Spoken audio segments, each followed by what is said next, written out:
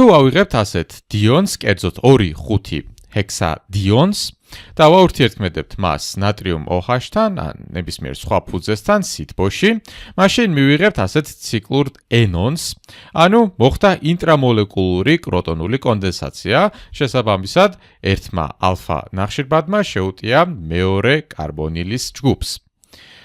თუ გადავხატავთ ამ მოლეკულას, შეგვიძლია ასე დავხატოთ, სადაც უფრო ლოგიკური ჩანს ურთიერთობა და ურთიერთქმედება ჩვენს ალფა ნახშირბადს და კარბონილის ნახშირბადს შორის. პირველ რიგში უნდა ჩამოვაცილოთ წყალბადი, რათა მივიღოთ ენოლატი. მოდი ჯერ დავნომროთ ნახშირბადები, ეს იყოს პირველი ნახშირბადი, მეორე, მესამე, მეოთხე, მეხუთე და მეექვსე. ალფა ნახშირბადები გვაქვს პოზიციებში პირველი, მესამე, მეოთხე და მეექვსე. რადგან ეს მოლეკულა სიმეტრიულია, პირველი არის იდენტური მეექვსესი, მესამე კი იდენტურია მეოთხესი, ამიტომ მარტო განვიხილავ პირველს და მესამეს. მოდი ჯერ განვიხილოთ პირველი ნახშირბადი, როდესაც მოქმედებს როგორც ალფა წყალბადის დონორი და ჩამოვაცილოთ მას წყალბადი, რათა შევქმნათ ენოლატის ანიონი, მოვა ჰიდროქსიდის ანიონი ჩამოაცილებს. წყალბადის ელექტრონები, მოდი გავაფერადები ეს ამისფრად, კი გადავა ამ ნახშირბადზე და მივიღებთ კარბ ანიონს, კერძოდ ენოლატის ანიონს, რომელსაც ახასიათებს რეზონანსი, მაგრამ მოდი კარბანიონის სახით დავწერ მარტო. თუ დავნომრავთ ამ მოლეკულაში ჩვენს ნახშირბადებს, ეს ისევ იქნება პირველი, მეორე, მესამე, მეოთხე, მეხუთე და მეექვსე. მეხუთე ნახშირბადზე ვხედავთ, რომ გვაქვს კარბონილის ნახშირბადი, რომელიც ნაწილობრივ დადებითად იქნება დამუხტული, შესაბამისად მას ექნება ელექტროფილური ბუნება, ხოლო კარბანიონს რადგან აქვს ნუკლეოფილური ბუნება, იგი შეუტევს მას ჩვეულებრივად ალდოლური კონდენსაციის რეაქციით და შემდგომ მივიღებთ ასეთნაირს, ეს რა თქმა უნდა წონასწორობით არის გაკონტროლებული და ასევე მივუწერ, რომ ვამატებთ პროტონს ამ რეაქციის შემდგომ, რათა O- არ დავწეროთ და პირდაპირ დავხატო OH ჯგუფი. მოდი დავხატოთ ესნაერთი. გვაქვს 1, 2, 3, 4, 5 წევრიანი ციკლი. ეს იქნება 1, 2, 3, 4 და 5. თუ დავნომრავთ ისევ აქედან, ეს იქნება პირველი, მეორე, მესამე, მეოთხე, მეხუთე. მეხუთე დაკავშირებული ასევე აქ მეთილის ჯგუფთან, ეს იქნება მეექვსე ნახშირბადი და პირველსა და მეხუთე შორის ბმა წარმოიქმნა ამ ელექტრონებით.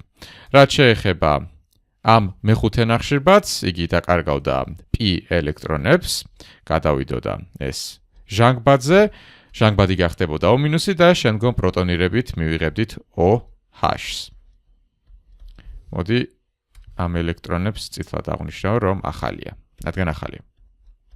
ასევე მეორე ნახშირბადზე გვაქვს ჩვენი კარბონილის ჯგუფი. და კროტონული კონდენსაცია რათა განხორციელდეს, უნდა ჩამოვაცილოთ ჩვენი OH ჯგუფი და ისევ კიდევ ერთი ალფა წყალბადი. ვიცით, რომ აქ ექნება 2 ალფა წყალბადი შემორჩენილი, რომლის ჩამოცილებაც შეგვიძლია ჩვენი ფუძით. გადავა ეს ელექტრონები წყალბადზე, წყალბადის ელექტრონები გადავა ამ ბმაზე, მოდი გავაფერადებ, რომ უკეთ ჩანდეს და OH ჯგუფი უბრალოდ დატოვებს მოლეკულას. შედეგად კი ვიღებთ ჩვენს პროდუქტს, რომელსაც მოდი ბარემ დავხატავ. აქ ექნება ჩვენი კარბონილის ჯგუფი, აქ ექნება ჩვენი მეთილის ჯგუფი, აქ კი გვექნება ორმაგი ბმა, რომლის ერთი ბმა იქნება ეს იასამნისფერი ელექტრონებით შედგენილი, მეორე ბმა კი იქნება ამ ცისფერი ელექტრონებით შედგენილი. მივიღეთ ჩვენი საბოლოო პროდუქტი, რომელიც არის ციკლური ენონი. ეს არის, როდესაც პირველ ნახშირბადს ვიყენებთ, როგორც წყალბადის დონორად. მოდი ახლა ვნახოთ შემთხვევა, როდესაც მესამე ნახშირბადი გასცემს წყალბადს და იღებს ელექტრონებს. აქ გვაქვს მეორე ნახატი ჩვენი დიონის. მოდი დავნომროთ, ეს იქნება პირველი, მეორე, მესამე, მეოთხე, მეხუთე და მეექვსე. ამ შემთხვევაში მესამე ნახშირბადზე გვექნება ჩვენი თავისუფალი ელექტრონების წყვილი და უარყოფითი მუხტი, შესაბამისად მესამე ნახშირბადი შეუტევს ჩვენს მეხუთე ნახშირბადს, რომელიც კარბონილის ჯგუფშია. რაც შეეხება ჟანგბადს, ჟანგბადის ორმაგი ბმის ერთ-ერთი წყვილი გადავა თვითონ ჟანგბადზე და მივიღებთ შემდეგნაირ სტრუქტურას. ასევე დავწერ, რომ მოხდება პროტონირება O-ის, რომელიც წარმოიქმნება შუალედურ პროდუქტად. ეს იქნება ჩვენი ალდოლური კონდენსაციის პროდუქტი. გვექნება 1 2 3 წევრიანი ციკლი. მოდი ამ ციკლის ამ მას გავაფერადებ. ეს იქნება მესამე ნახშირბადი, ეს მეოთხე, ეს მეხუთე. მესამე ნახშირბადზე ვიცით რომ იყო დაკავშირებული აქ აცეტილის ჯგუფთან, აქ გვექნება მეორე ნახშირბადი დაკავშირებული აქ კარბონილის ჟანგბადთან და აქეთ კი გვექნება კიდევ ერთი მეთილის ჯგუფი, ეს იქნება მეორე ნახშირბადი, ეს პირველი. აქ გვექნება ასევე მეთილის ჯგუფი, ეს რომელიც იქნება მეექვსე ნახშირბადი და აქ გვექნება ჩვენი OH-ი, სადაც H-მა მიიღო ამ ორმაგიბმის P-ბმის ელექტრონები. დარჩა საბოლოო ეტაპი, სადაც ფუძით ჩამოვაცილებთ ალფა ნახშირბადს წყალბადს, ამ შემთხვევაშიც გამოვიყენებთ ამ მესამე ნახშირბადის წყალბადს. ამ მის ელექტრონები კი გადავა ალფა და ბეტა ნახშირბადებს შორის ბმაზე და მივიღებთ ასეთ ციკლურ ნაერთს. აქ გვექნება ჩვენი მეთილის ჯგუფი, აქ კი გვექნება ჩვენი კეტონი. თუ დავნομრავთ ნახშირბადებს, ეს იქნება პირველი ნახშირბადი, მეორე, მესამე, მეოთხე, მეხუთე და მეექვსე. აღმოჩნდა, რომ ეს პროდუქტი შეიძლება ფორმირდეს ამ რეაქციის დროს, მაგრამ ის იმდენად არასტაბილურია, რომ დიდი რაოდენობით ვიღებთ ამ პირველ პროდუქტს, რომელიც წარმოიქმნება პირველი ნახშირბადის დეპროტონირებით. შესაბამისად, პროდუქტად ვწერთ მხოლოდ ამ ნაერთს. მოდი გადავიდეთ შემდეგ მაგალითზე, რომელიც თითქოს უფრო რთული ჩანს, მაგრამ ფაქტობრივად იგივე პრინციპით მოქმედებს. თუ დავნომრავთ ნახშირბადებს, ეს იქნება პირველი, მეორე, მესამე, მეოთხე, მეხუთე, მეექვსე და ეს მეშვიდე, მერვე, მეცხრე უკვე აღარ გვაინტერესებს, რადგან ისინი ალფა ნახშირბადები აღარაა.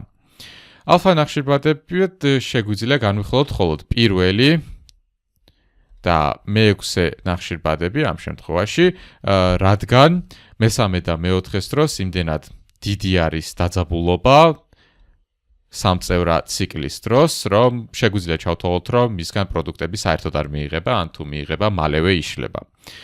ახლა უნდა გადავწყვიტოთ, თუ რომელ ნახშირბადს ჩამოვაცილეთ წყალბადს, ან პირველს უნდა ჩამოვაცილოთ, ან მეექვსეს. პირველი იქნება თუ კინეტიკურ ენოლადს მივიღებთ, მეექვსე იქნება თუ თერმოდინამიულ ენოლადს მივიღებთ. გახსოვთ ალბათ თუ როგორ შეგვიძლია განსაზღვროთ კინეტიკური იქნება თუ თერმოდინამიული. ერთ-ერთი არის სივრცული სტერიული ეფექტი. OH ჯგუფი არის ამ შემთხვევაში ფუძე, რომელიც საკმაოდ პატარაა, ამიტომ მას არ გაუჭირდება მეექვსე ნახშირბადთან მისვლა. ასევე OH ჯგუფი არ არის იმდენად ძლიერი ნახშირბადი, რომ კინეტიკურის პოზიციას მარტივად ჩამოაცილოს წყალბადი. მას უფრო გაუმარტივდება მეექვსე ნახშირბადის წყალბადის ჩამოცილება, რადგან უფრო სტაბილური არის მისი შესაბამისი პროდუქტი. მოდი დავნომრავ ამ ნახშირბადებს და განვიხილოთ ის შემთხვევა, როდესაც მეექვსე ნახშირბადს ვაცლით ჩვენ პროტონს. ეს იქნება პირველი ნახშირბადი, მეორე, მესამე, მეოთხე, მეხუთე და მეექვსე. აქ გვაქვს ორი ალფა წყალბადი, რომელსაც ჩამოვაცილებთ ჩვენი OH ჯგუფით. ამ ბმის ელექტრონები გადავა ამ ნახშირბადზე და შესაბამისად გვექნება კარბანიონი, სინამდვილეში ენოლატი იქნება, რომელსაც აქვს მეორე რეზონანსის სტრუქტურა, სადაც ოქსიანიონი გვაქვს, ანუ ჟანგბადზე არის უარყოფითი მუხტი და არა ნახშირბადზე. მაგრამ მექანიზმი უფრო მარტივი არის თუ გამოვიყენებთ კარბანიონს, ამიტომ დავტოვებ ელექტრონებს ჩვენ კარბანიონზე და პირდაპირ შევუტევ ჩვენს კარბონილის ნახშირბადს, რომელიც ვიცით რომ არის ელექტროფილური. 5 ბმა გამოსცის ამ ნახშირბადს, ამიტომ 1 ბმა კერძოდ ჟანგბადის ორმაგიბმის P-ბმა უნდა დაკარგოს, მისი ელექტრონები გადავა ამ ჟანგბადზე, შემდგომ პროტონირებით O- აღვადგენთ, უბრალოდ O- დავჟანგავთ და მივიღებთ OH ჯგუფს და ვიღებთ ასეთ ციკლურ ნაერთს. თუ დავიწყებთ ამას მეორე მესამე ნახშირბადს გავაკეთებთ ფუძეს, ეს იქნება მეოთხე, მეხუთე, მეექვსე ნახშირბადი. მეექვსე და მეორე ნახშირბადს შორის უნდა გქონდეს ახალი ბმა, რომელსაც ამ იასამნისფრით გავაფერადებ. და აქ გვაქვს ასეთი R ჯგუფი დაკავშირებული, გვაქვს 1 2 3 4 5 ნახშირბადი, სადაც აქ გვაქვს ასევე ორმაგი ბმა cis პოზიციაში. აქ გვაქვს ჩვენ კარბონილის შანგბადი, აქ გვაქვს მეთილის ჯგუფი, რომელიც პირველი ნახშირბადია და აქ გვექნება ჩვენი OH ჯგუფი. დარჩა საბოლოო ეტაპი, რომლისთვისაც უნდა ჩამოვაცილოთ წყლის მოლეკულა. წყლის მოლეკულა ჯამში უნდა გამოვიდეს. აქ გვაქვს ერთი წყალბადი, ალფა წყალბადი, რომლის ჩამოცილებაც შეუძლია ჩვენს ფუძეს. წყალბადის ბმის ელექტრონები გადავა ალფა და ბეტა ნახშირბადებს შორის, ხოლო OH ჯგუფი საერთოდ დატოვებს მოლეკულას. და მივიღებთ ჩვენს საბოლოო პროდუქტს, რომელიც ასე გამოიყურება. ამ ჩვენს საბოლოო პროდუქტში გვაქვს ორმაგი ბმა, რომლის ერთი ბმა მივიღეთ ერთი ალფა წყალბადისგან, მეორე ბმა კი მივიღეთ მეორე ალფა წყალბადისგან.